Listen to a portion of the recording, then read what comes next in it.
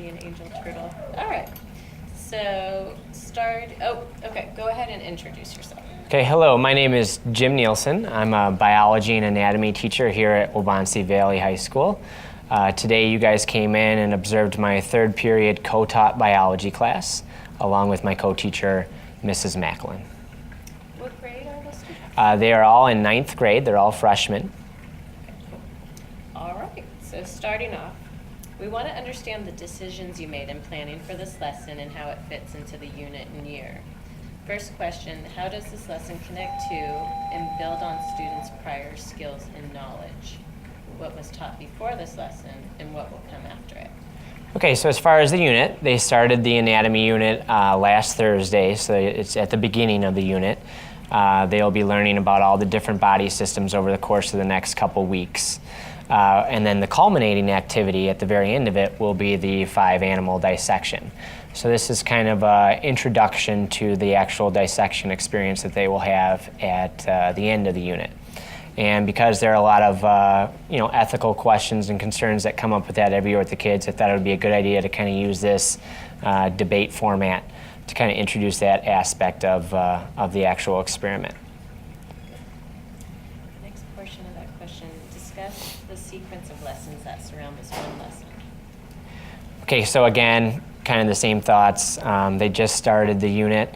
We try to introduce as many nonfiction texts into each unit as possible. So this is the first one that we introduced for the anatomy unit, where they actually got to read some texts about the different ethical concerns and the pros and cons behind animal dissection in the biology classroom. So it's their first text reading for this unit.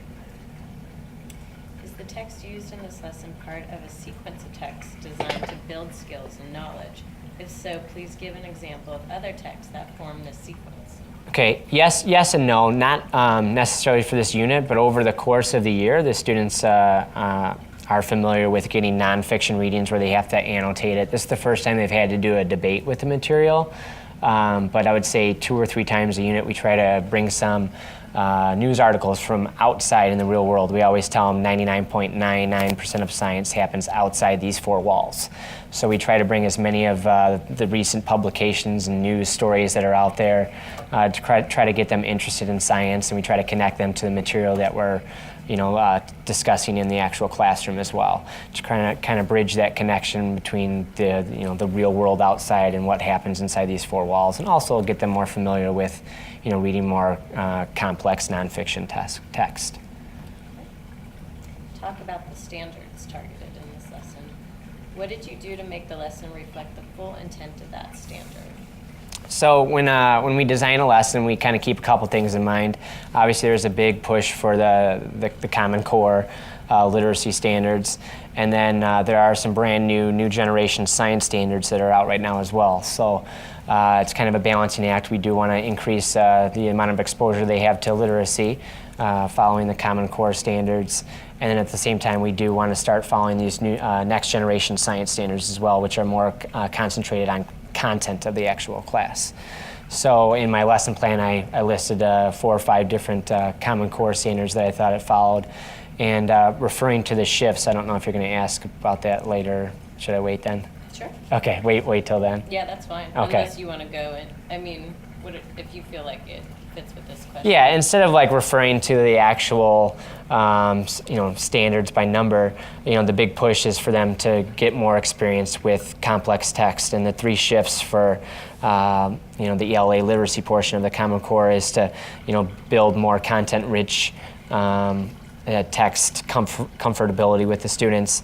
The second one is for them to not only read the text, but be able to present that information in some shape or form, which I think we did today with the debate. So that not only did they have to actually read the material, but they had to put together a mini argument or speech that supported the evidence from that text. So I think that's an important part. And then the third shift is just to have more practice with that. So we're going to try to instill that as much as possible in this class, a couple times a unit. And then also at the beginning of this lesson, you got a little window into our science in the news, where we actually have students bring in information again from the outside, analyze the text, write a 3-sentence summary and present that to the class. So they do that every single week, every Monday and Thursday. They have the opportunity to earn extra credit by bringing complex texts from the outside real world and again bringing that science into our classroom. I'm gonna fix one thing. Can you cut it for 1 sec? Okay. I'm gonna just fix the mic. Okay. So which of the core action indicators do you think this lesson best exemplifies and why? Okay, so one of the toughest ones to hit is actually making sure that you have like college-ready complex text that is a challenge for all different levels of readers, especially in the class that you guys observed, because we have readers who are at literally a 2nd grade reading level all the way up till probably college-ready readers.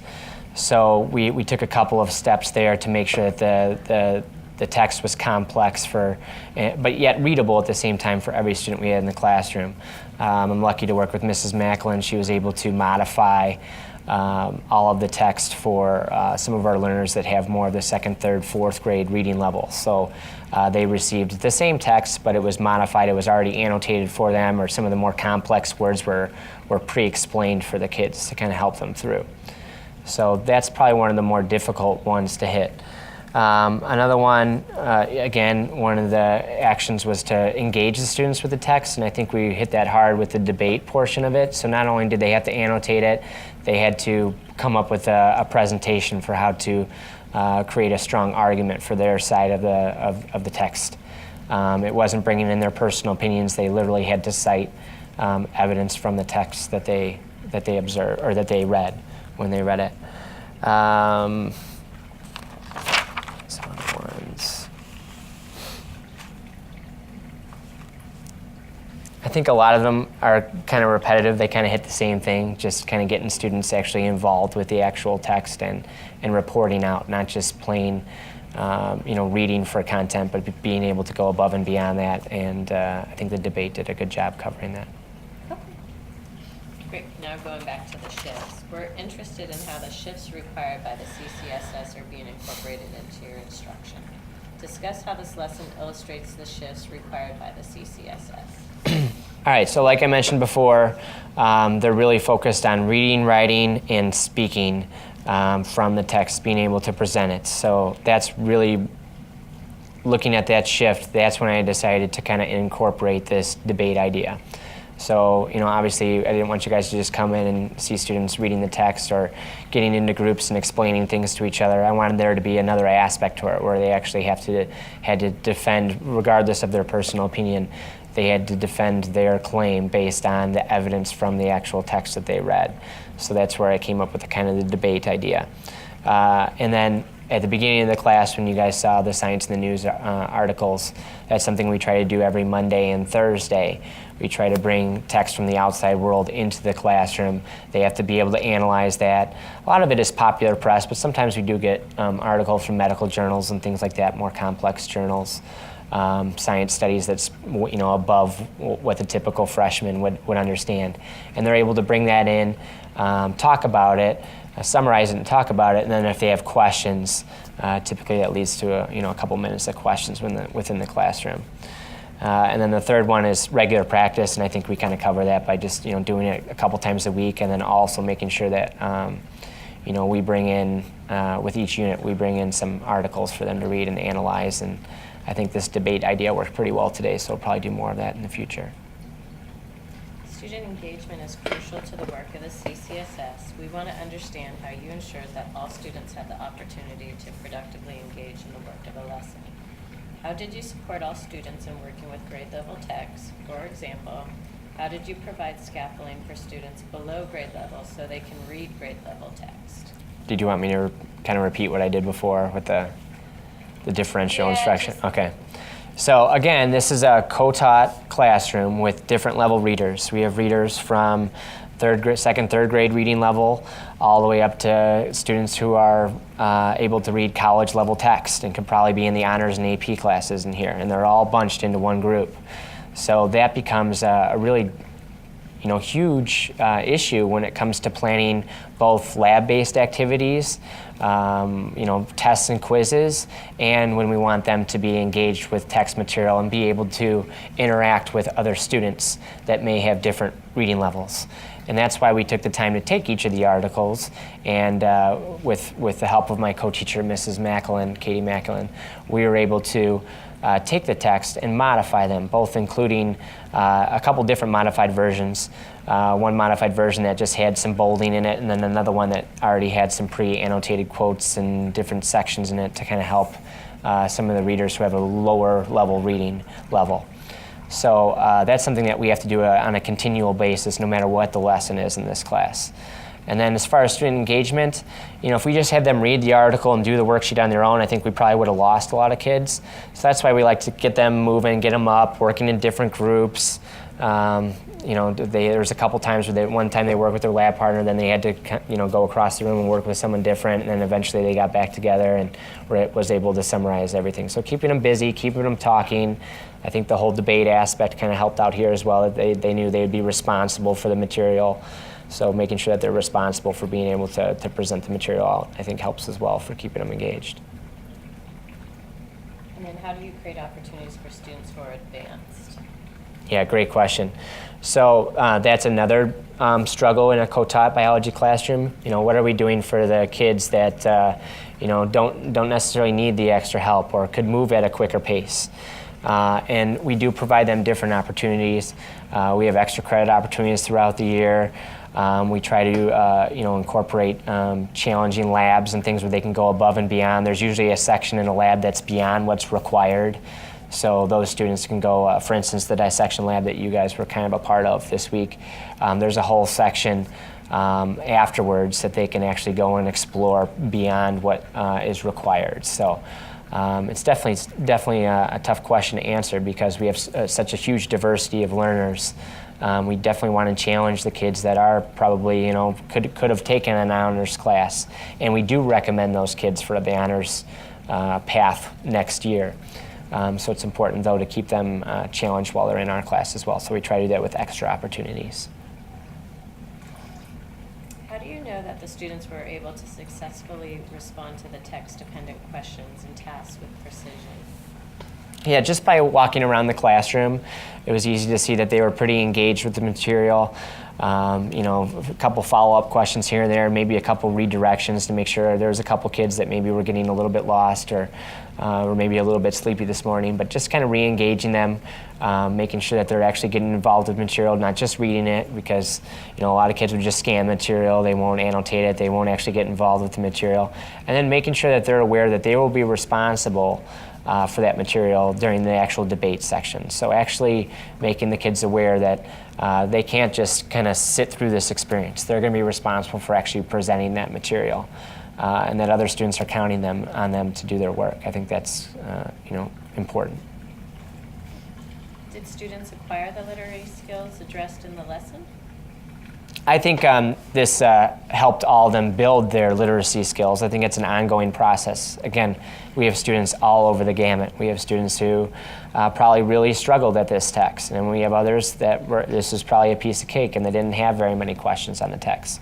So I think that's kind of an ongoing process. I think the more that we can get them involved and the more experience we can give them with nonfiction science text, the more comfortable and better their skills will become over time. So what do you do for students who do not acquire the literary skills addressed in the lesson? Yeah, the students here are really fortunate. There are a lot of different programs here. If I have students that I feel need a little extra help beyond what I can do in the normal 46 minutes of a science classroom, we have a number of reading specialists here who are willing to take them out, and they actually can assess them or help them practice with certain things that they have problems with. There's an ARC opportunity during their lunch period where they can go and get extra help with different readings and things like that. So there are lots of opportunities for kids who are struggling, who maybe need a little bit of extra help beyond the 46 minutes that we have here in the science classroom. Which behaviors from Common Core 3 did the students best exemplify in this lesson? What actions have you taken as a teacher to make that happen? Is that the core action 3? Yeah. Okay, I'll look at that for a second. Yeah, go for it. Sure. You want me to read it? Sure. Which behaviors from Core Action 3 did the students best exemplify in this lesson? What actions have you taken as a teacher to make that happen? So I think a good part of this lesson that you guys observed today was that all students were responsible for the material and they had to get involved. They couldn't just sit back and let the other students do the work for them. They were all responsible for annotating and providing evidence for their debate. So I think that was huge. Also, I think, again, like I mentioned before, the students couldn't just read the text and annotate it. They actually had to put together an actual presentation. So they were highly involved with the text. They weren't just reading it, and we were able to check for understanding based on how they were able to debate with their partners in this activity. And then I think we provided the opportunity for different conversations with not only their peers. There was 2 or 3 opportunities where they met with different people to discuss what they thought from the articles, but we also gave them a chance at the end to summarize their thoughts, and then finally bring in some of their personal beliefs and ideas and present those to the class, because those are important conversations as well. So I think when we regrouped and kind of summarized the activity as well, we gave them an opportunity to kind of include what they personally thought about the subject material as well. They didn't submit any work, correct? Tomorrow I will collect everything, just because they didn't have time at the end of the period to finish their summary. So I told them they could take that home, and then tomorrow I will collect the actual activity. So it will be graded, yeah. Will you send maybe 2 of them to Becky? Sure. Okay. Yeah. Last 2 questions. Okay. Great instructors are continuously learning. We want to understand what you celebrated in this lesson and what you would improve upon. Reflecting on the lesson, what worked particularly well and what might you do differently? Okay, so as a content teacher, bringing more literacy into the classroom is a big push right now, and it's something that I need to work on personally, is bringing more literacy into the classroom. We're so busy with the actual content of biology and doing all the labs and making sure that we get a very diverse and broad topic, the study of life, and that sometimes we don't take time to stop and analyze the text. So it was nice to have an entire period where we did take the time and read some text that has to do with an actual lab that we're going to be doing in the near future. So that was nice. As far as things that worked well, I think the timing of it was pretty good. I think the time that we gave the kids to do each part seemed to work out pretty good. There were a few students that finished a little bit early, and there were some that maybe could have used a couple more minutes, but all that can kind of be worked out in the future and as we go about throughout the day. And I'd like to leave a little bit more time maybe for the summarizing of the actual article at the end as well, to get some more personal opinions. But definitely, learning how to incorporate more literacy into, such a content-rich, course is where I'm working as a professional to get better ideas and more ideas on how I can incorporate more text into my everyday lesson plans. Okay. Were there any surprises or unexpected student behaviors or reactions? That's always an interesting question for our group, since we do have such a diverse group of learners. I would say all the interactions that happened were semi-expected, because they've happened over the course of the year. We had a student who refused to engage with his lab partner, which is a huge portion of this activity. So that was a little bit of an issue, but one that we're used to. So being that it's about halfway through the year, we're kind of used to these kind of situations. So we were able to quickly take that student and give him a break and allow him to kind of recoup, and then bring him back into it as quick as possible as well. Other than that, all the students in that group were pretty engaged. We were able to kind of mix up different levels of learners. So we put some strong learners with some learners that could probably use a little extra help. We made sure that we focused on, by now we know which groups need a little bit more focus than others, as far as, prodding questions and keeping them involved with the material. But overall, I think the students actually did a pretty nice job with the activity. You're definitely. Sweet. Awesome. Good work. Very cool. That was good.